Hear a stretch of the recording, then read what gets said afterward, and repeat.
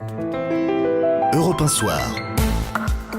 Le Monde, selon Alexandre Adler. Bonsoir Alexandre. Bonsoir Emmanuel. Un jour très important pour la Chine et pour le monde, puisque vient de s'ouvrir à Pékin la session annuelle de l'Assemblée nationale populaire, qui doit investir officiellement le nouveau président chinois Xi Jinping, 59 ans, déjà secrétaire général du Parti communiste chinois depuis le congrès du mois de novembre dernier.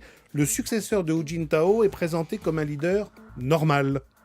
Ah oui, normal, certainement. Il a d'abord épousé une des chanteuses les plus populaires du pays et il a une espèce de côté débonnaire qui est absolument pas fin chez lui. Ce n'est pas François Hollande, mais en tout cas, c'est quelqu'un qui ne se drape pas dans une espèce de pourpre impériale, pas du tout. Et c'est évidemment pour les Chinois une des raisons de son actuelle popularité. On l'a vu multiplier les bains de foule ces derniers mois notamment. Oui, il n'a absolument pas peur de cela, mais surtout, il y a quelque chose de très intéressant. Xi Jinping est vraiment d'une famille communiste de ce qu'on appelle les princes rouges, puisque son père a été à un moment donné l'administrateur général du parti, un poste clé que lui avait confié Deng Xiaoping. Et donc, il a, si je puis dire, 4 quartiers de noblesse. Mais en même temps, sa famille a énormément souffert sous Mao. Ça a commencé par une tante qui a dénoncé un suicide politique à la suite d'une persécution. Mao a très mal pris ça. Xi Jinping, son père, a été déjà exilé avant la révolution culturelle. Pendant la révolution culturelle, toute la famille, y compris Xi Jinping. Et à la différence, justement, de Po Xilai, qui était son rival flamboyant mais dangereux, qui lui a dénoncé son propre père pendant la révolution culturelle, là au contraire, on sent qu'ils ont tenu les coudes et il n'aime pas le maoïsme.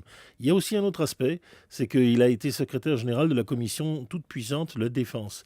Donc en fait, c'est un homme qui à la fois a des pulsions incontestablement libérales et démocratiques, mais c'est aussi quelqu'un qui connaît très bien l'appareil.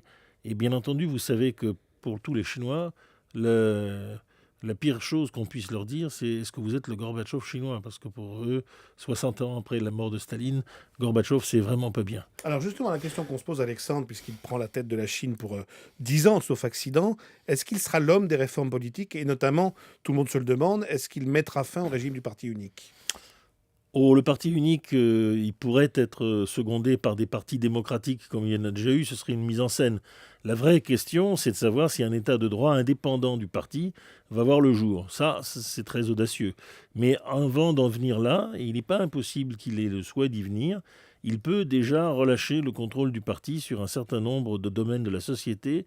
Et il y a eu quelques déclarations en ce sens, notamment, évidemment, comme toujours, les intellectuels et les créateurs, mais aussi probablement des questions de litige entre les paysans, notamment les propriétaires fonciers et ceux qui les exproprient, généralement les caciques du parti.